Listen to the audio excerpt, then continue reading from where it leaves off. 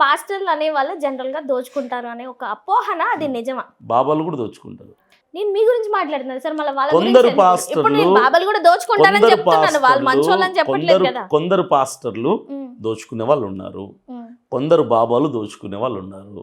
ప్రతి మతంలో ఇక్కడ ఇదే సార్ ప్రతి చోట దోచుకునే వాళ్ళు కొందరు ఉన్నారు. నేను ఓన్లీ క్రిస్టియన్స్ గురించి, బాబాలు దోచుకుంటారని అందరికీ తెలుసు సార్, కానీ వాళ్ళ టాపిక్ కాదు కదా. ఇప్పుడు ఎదురుగుంది పంతులో లేకపోతే బాబాయో కాదు కదా, ఒక క్రిస్టియన్ పాస్టర్ కాబట్టి ప్రతి వర్గంలో దోచుకునే వాళ్ళు ఉన్నారంటున్నాను. అలాగే క్రైస్తవుల్లో పాస్టర్లు కొంతమంది ఉన్నారు. ఏం చేద్దాం వాళ్ళని? ఏం చేయలేం. వాళ్ళని పూర్తిగా ఖండించి వాళ్ళని లేకుండా చేయలేం. వాళ్ళని అరికట్టడం కుదరదు, వేర్లతో పాటు పెకలించడం కుదరదు, వాళ్ళని భరించాల్సిందే. ఏం క్షమించాడు కదా, వాళ్ళని శిక్షిస్తాడు. తప్పు ఒప్పుకున్న వాడినే యేసు ప్రభు క్షమిస్తాడమ్మా. సార్ తప్పు చేసేసి నేను తప్పు చేశాను అని అంటే ఎట్లా సార్? అది తెలిసి చేస్తే మరి తప్పు కదా సార్, పెద్ద తప్పు కదా, క్షమించమని అడిగితే అయిపోతుంది. ఇప్పుడు దేవుడికి మనసు తెలుసు. నువ్వు తప్పు చేసి కావాలని తప్పు చేసి కావాలని క్షమాపణ అడుగుతున్నావు, దేవుడికి తెలీదా? తెలియక తప్పు చేసి తెలుసుకొని క్షమాపణ అడిగితే దేవుడు క్షమిస్తాడు. దేవుడు క్షమిస్తాడులే అని ఈరోజు తప్పు చేస్తే తప్పు. పొరపాటున కంట్రోల్ చేసుకోలేక ఏదో టెన్షన్లో తప్పు చేసి రియలైజ్ అయ్యి మనస్ఫూర్తిగా క్షమాపణ అడిగితే దేవుడు క్షమిస్తాడు. క్షమించేవాడు ఉన్నాడు కాబట్టి పదే పదే తప్పు చేస్తా అంటే దేవుడు కూడా ఊరికి వదిలిపెట్టాడు. మానవత్వాన్ని నమ్ముతారా, మతాన్ని నమ్ముతారంటే? మతం అనేదే లేదంటాను నేను. మనిషికి మతం అనేది అంటగట్టద్దు. మనిషిని మనిషిగా చూసేవాడు నిజమైన మనిషి. ఇప్పుడు మానవత్వానికి మించిన మతం ఏది లేదు. దేవుడా మానవత్వం అంటే ఏదంటారు? మీరు ఏది సెలెక్ట్ చేస్తారు? మానవత్వమా దేవుడు? అసలు దేవుడు లేకపోతే మనిషే లేడండి, మానవత్వం ఎక్కడి నుంచి వస్తుంది? సో ఫస్ట్ మీరు దేనికి ప్రిఫరెన్స్ ఇస్తారు? దేవుడే. మానవత్వాన్ని నేర్పించిన వాడే దేవుడు, మనిషిని పుట్టించిన వాడు దేవుడు.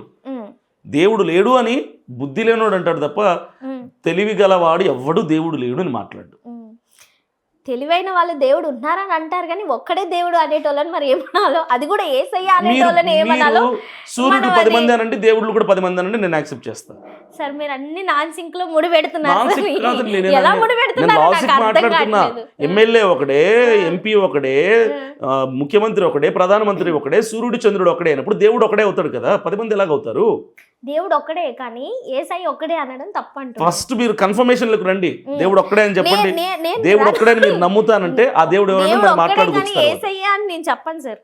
మాకు యేసయ్య మీద ఎలాంటి పగలు లేవు, ప్రతీకారాలు లేవు. మాకు ఇప్పుడు దేవుడు అనే వాళ్ళు ఒక్కలే కాబట్టి మాకు దేవుడికి ఈ మతం ఆ మతం అని ఉండదు. ఒక్క దేవుడైతే అదే అంటున్నాను. దేవుడైతే అమ్మ ఒకటి చెప్తాను, దేవుడు భారతదేశానికే ఉంటాడా, ప్రపంచమంతటికి ఉంటాడా? ఎక్కడైనా ఉంటాడు కదా సార్. ఎక్కడైనా కాదు. సూర్యుడు ప్రపంచానంతటికి ఒకటే, అన్ని దేశాలకు ఒకటే అయినప్పుడు ప్రపంచమంతటికి దేవుడు కూడా ఒక్కడే అవుతాడు. భారతదేశానికి ఒక దేవుడు, అమెరికాకు ఒక దేవుడు, ఆస్ట్రేలియాకు ఒక దేవుడు, పాకిస్తాన్కి ఒక దేవుడు అవ్వడు. సార్ మీరు సువార్తలు చెప్పడానికి వెళ్తారు కదా సార్, ఇవే చెప్తారా? ఇవే చెప్తాము. అంటే మనుషులు ఆలోచింపదగే విషయాలు చెప్తాం. ఆలోచించండి అంటాం. ఇప్పుడు నేను చెప్పింది ఆలోచించదగినదే విషయమే చెప్పారు. దేవుడు ఒక్కడే అనేది ఒక్కడే యాక్సెప్ట్ చేస్తాను. ఒక్కడే నమ్మండి ఫస్ట్ అంటే. ఒక్కడే ఈయన ఒక్కడే ఈయన అని నేను చెప్పను.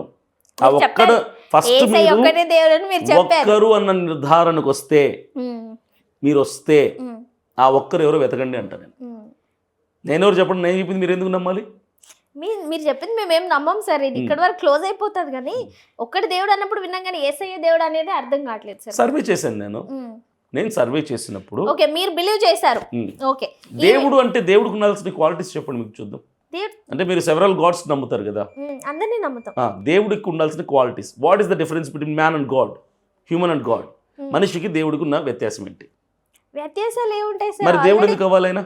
ఆల్రెడీ అయిపోయారు కదా సార్. దేవుడికి ఉండాల్సిన క్వాలిటీస్ ఏంటి మీరు చెప్పండి పోనీ. దేవుడికి ఉండాల్సిన మనిషి అసమానుడు అంటే పాపము మంచి కలగలిపిన వాడు మనిషి. దేవుడు అనేవాడు పాపము లేనివాడై ఉండాలి. మనిషికి లాగా దేవుడిలో అబద్ధాలు ఉండొద్దు, మోసాలు ఉండొద్దు, భార్య ఉండకూడదు, పిల్లలు ఉండకూడదు, యుద్ధాలు ఉండకూడదు, కక్షలు క్రోధాలు ఉండకూడదు, మోసాలు అన్యాయాలు ఉండకూడదు, ఏవి ఉండకుండా పాపము లేనివాడు ఎవరైతే ఉంటారో అతనే దేవుడు. పాపము లేనివాడు ఈ భూమి మీద ఎక్కడున్నాడో వెతకండి. గూగుల్లో సెర్చ్ చేస్తే గూగుల్ మీకు ఇచ్చే ఆన్సర్, చాట్ జీపీటీ మీకు ఇచ్చే ఆన్సర్, ఏఐ మీకు ఇచ్చే ఆన్సర్ ఒకటే, జీసస్ క్రైస్ట్. ఇవన్నీ పాపము లేనివాడు. నేను మీ బిలీఫ్స్ నేను అస్సలు తప్పు పట్టాను సార్. మీరు జీసస్ నే నమ్మండి, మ్మ్. మీరు అక్కడే ఉండండి. అవును. బట్ మా డౌట్స్ ఏంటంటే కొన్ని ఉన్నాయి కదా, మ్మ్. ఇలాంటివి జరిగినప్పుడు ఏంటని అంతే తప్పితే మేము మా మతాన్ని గౌరవించుకుంటాం, ఇతని మతాన్ని కూడా తప్పకుండా, గౌరవిస్తాం. తప్పకుండా. కానీ ఈయన అంటే మాత్రం అది కొంచెం యాక్సెప్టబుల్ గా లేదు. ఫస్ట్ మీరు ఒకరిని నమ్మండి, తర్వాత ఒకరు మీరు వెతకండి అంటున్నాను నేను చెప్పింది నమ్మొద్దు. మ్మ్. పాస్టర్ని, మ్మ్. ప్రవక్తలని, మ్మ్. లేదంటే బోధకులని, మ్మ్. లేదంటే పూజారులని ఎప్పుడు దేవుని స్థానంలో పెట్టద్దు అంటాను. మ్మ్. దేవుడి ప్రతినిధులు వాళ్ళు. వాళ్ళు ఇవ్వకపోయినా మీరు ఆల్రెడీ Representatives. తీసేసుకుంటున్నారు సార్ చాలా వరకు.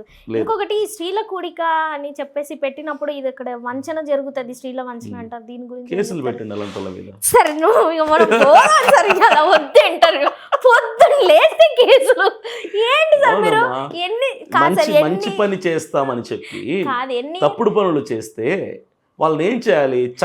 చట్టపరంగా వాళ్ళని శిక్షించడం కరెక్ట్. లేదు సార్ ఇప్పుడు ఇప్పుడు చట్టం స్త్రీలు మీరు అన్నది కరెక్టే. నేను కొన్ని చోట్ల చూశాను, కొన్ని న్యూస్ పేపర్స్లో చదివాను, ఎలక్ట్రానిక్ మీడియాలో కూడా కొన్ని ఛానల్స్లో చూశాను. ఉమ్, పలానా పాస్టర్ అంట, ఉమ్, పలానా ఆడవాళ్ళని లైంగికంగా వేధించాడు, పలానా పూజారి పలానా ఇలా చేశాడు, పలానా బాబా ఇలా చేశాడు. ఏం చేద్దాం అలాంటి వాళ్ళని? శిక్షించడం తప్ప మనం ఏం చేయగలుగుతాం? చట్టపరంగా వాళ్ళని శిక్షించాలి. శిక్షిద్దాం కానీ మీరు ఎన్ని సంవత్సరాల నుంచి కేసులు అలా తిరుగుతున్నారా? అముక్క చెప్పండి సార్ నాకు. పొద్దున్న లేస్తే కేసులే అంటున్నారు. నేను ఎప్పుడు ఎవరి మీద ఇప్పటివరకు కేసు పెట్టలేదమ్మా. అందరు మీ మీద పెట్టారా సార్? నా మీద కూడా ఎవరు పెట్టలేదు, కానీ ఇప్పుడు ఈ మధ్య మొదలయ్యే కేసులు పెట్టాలి కొత్తగా. ఉమ్, నేను ఇప్పుడు ఎవరి మీద కేసులు పెట్టలేదు. నేను చెప్తున్నాను అన్యాయం జరుగుతుంది అన్నప్పుడు ఉమ్, మీరు రైట్ పోలీస్ స్టేషన్కి వెళ్ళి కేసు పెట్టండి అంటున్నా. అది మీ హక్కు. అది ఉమ్. మీతో యాక్చువల్గా చాలా కాన్వర్జేషన్ చేయాలని ఉంది, కానీ ఆ డిపాజిట్ ఏదైతే పోయిందో నాకు కూడా చాలా బాధాకరంగా ఉంది. మిమ్మల్ని ఎక్కువ ఓర్లించాలని ఓపిక కూడా లేదు సార్.